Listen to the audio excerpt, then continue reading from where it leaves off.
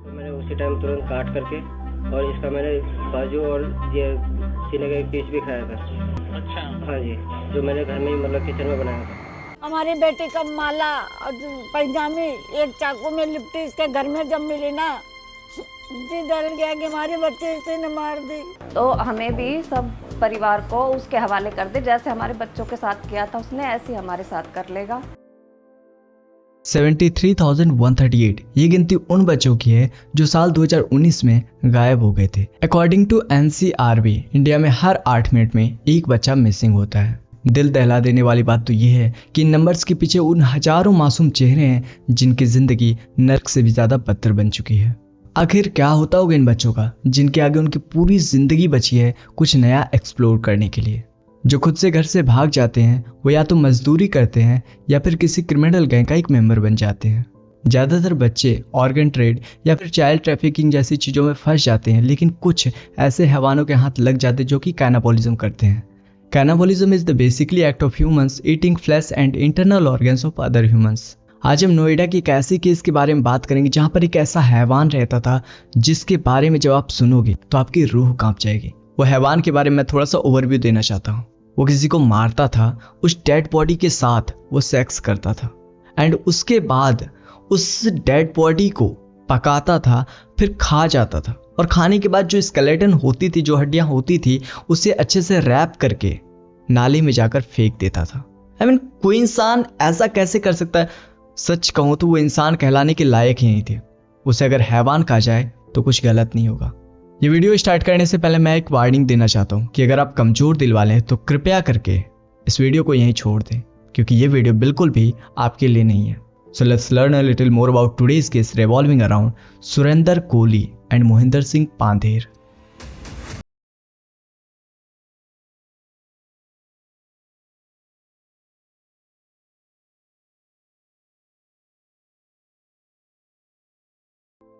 साल 2005 की बात है जब निठारी पुलिस स्टेशन में बैक टू बैक कई बच्चे और महिलाएं की मिसिंग रिपोर्ट लिखवाई जा रही थी, लेकिन मेजॉरिटी ऑफ रिपोर्ट ये कहकर ठुकरा दी जा रही थी कि जो पेरेंट्स है वो झूठ बोल रहे हैं, वो अपने बच्चे का एज गलत बता रहे हैं, बल्कि वो माइनर नहीं बल्कि एडल्ट्स हैं और वो अपने घर से अपनी मर्जी से भाग चुके हैं।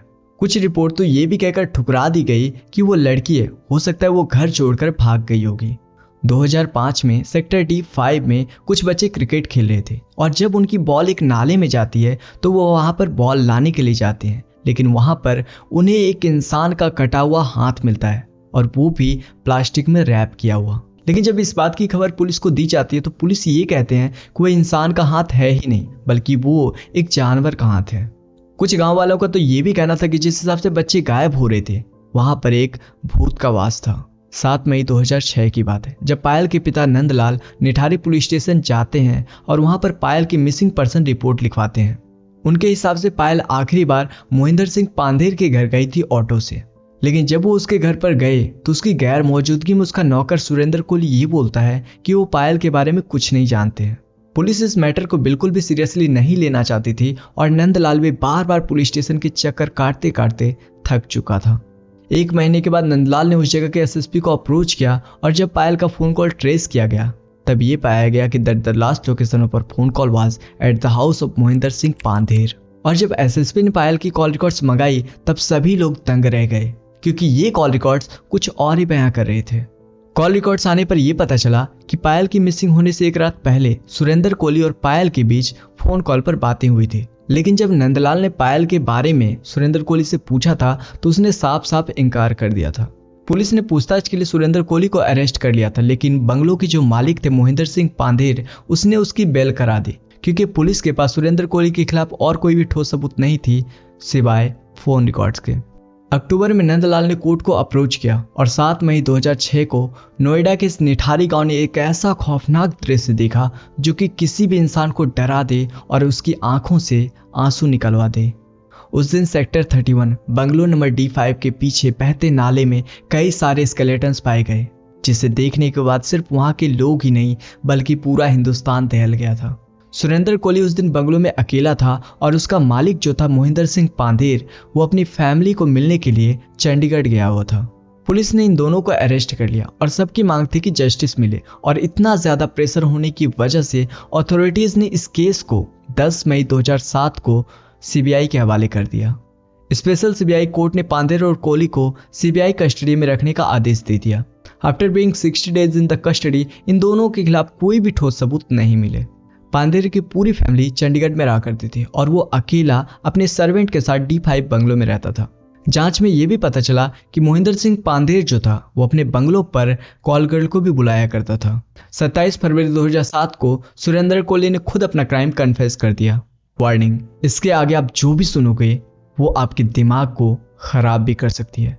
9 female childrens, 4 adult women and 2 males. वो इन सबको फंसा कर किसी ना किसी तरीके से D5 बंगलों के अंदर ले गया और वहां पर जाकर उसका मर्डर कर दिया। बात यहीं खत्म नहीं होती है।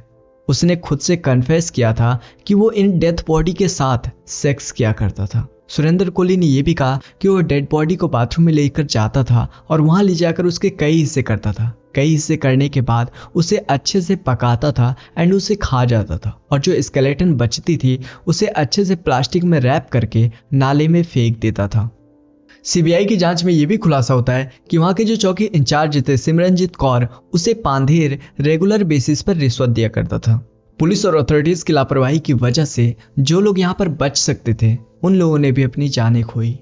गवर्नमेंट ने 2 मेंबर टीम को नोएडा भेजा, जहां पर एसएसपी, एएसपी, सर्कल ऑफिसर और 3 चौकी इंचार्ज को सस्पेंड करवाया। साल 2007 में ministry of women and child development ने अपनी एक्सपर्ट कमेटी को निठारी भेजा to investigate about this case. Doctor Vinod Kumar, जो कि नोएडा के मेडिकल टीम के चीफ सुपरिटेंडेंट थे, उन्होंने ये ऑब्जर्व किया कि जो बॉडीज पर जो कट्स किए गए थे वो बहुत ही ज़्यादा प्रिसाइज तरीके से किए गए थे और वो ऑर्गन ट्रेड की ओर इशारा कर रहे थे।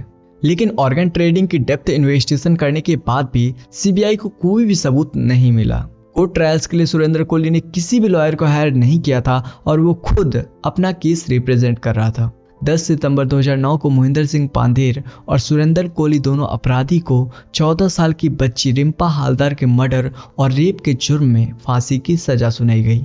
लेकिन जहां कोहली की सजा कंफर्म हुई, वहीं मोहिंदर सिंह पांधेर को इलाहाबाद कोर्ट ने अपराध मुक्त डिक्लेयर कर दिया और कुछ समय के बाद कोहली का death sentence was change to life sentence. 2017 में मोहिंदर सिंह पांधेर और सुरेंद्र कोहली दोनों अपराधी को पिंकी सरकार के मर्डर और रेप के जुर्म में फांसी की सजा सुनाई।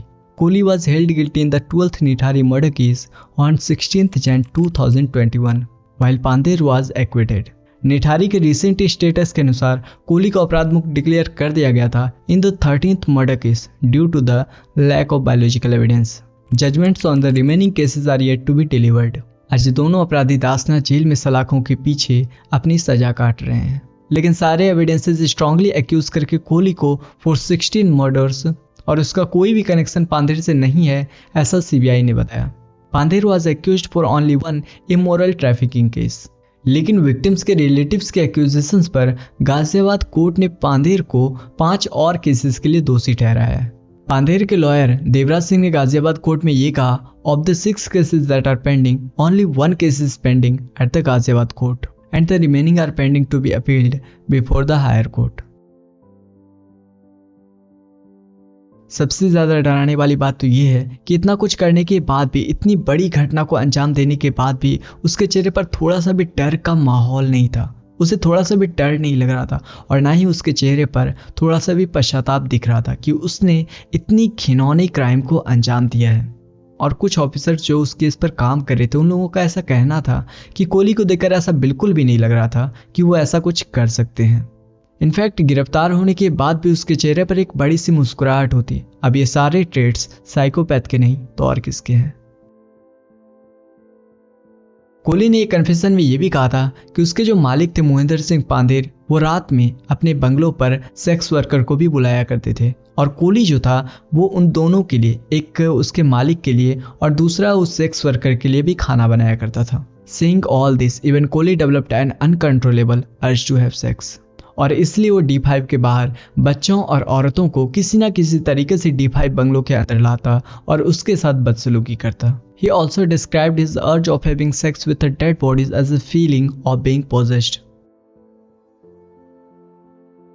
अब ऐसा भी कहा जाता है कि इतने सारे विक्टिम्स में से एक विक्टिम्स आज भी जिंदा है और उसने अपने पिता को एक लेटर लिखा है, जिस लेटर में उसने ये कहा कि अभी मैं नेपाल में हूँ और सेटल हो चुकी हूँ।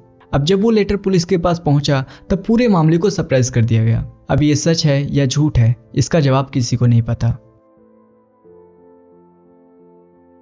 साल 2005 और 2006 के बीच निठारी और उसके आसपास के एरिया से कुल मिलाकर 50 बच्चे गायब हुए थे, जिसमें से सिर्फ 16 बच्चों की डेड बॉडीज मिली थी, जिसके दोषी कोली थे। तो अब सवाल ये पैदा होता है कि बचे हुए गुमनाम बच्चे आखिर है कहां?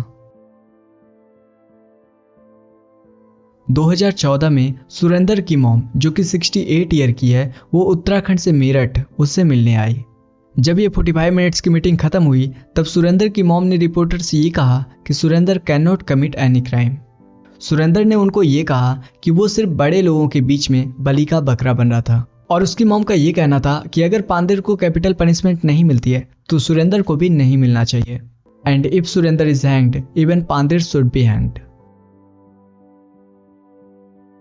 एक नॉर्मल ह्यूमन बॉडी को डिकम्पोज होने में लगभग 3 साल लगते हैं, तो अगर कोली ने सारे विक्टिम्स को पीछे वाले सैलो नाले में डाला था, then why could not any of the neighbours get the foul smell of the body? ऐसे ही कई सारे लूपहोल्स आज भी इस केस पर है। इनफैक्ट बीबीसी और नेटफ्लिक्स ने इस पर्टिकुलर केस पर एक डॉक्यूमेंट्री भी बनाई है, जिसके अंदर क्रिएटर ने पांदेर को इनोसेंट पोर्ट्रेट किया है। तो आज निथारी के इस कांड को पूरे 18 साल हो चुके हैं और आज भी कई केसेस हैं इसमें जो कि अब तक सॉल्व नहीं हो पाए हैं। आज भी भारत में कई सारे बच्चे मिसिंग हो रहे हैं and we are not able to trace them. So let us know in the comments कि आपको ये वीडियो कैसा लगा and don't forget to like and share. और ऐसी वीडियोस देखने के लिए हमारे चैनल आर्या की अदालत को सब्सक्राइब जरूर करें। सो फिर मिलते हैं एक और नई वीडियो के साथ वापस, तब तक के लिए जय हिंद।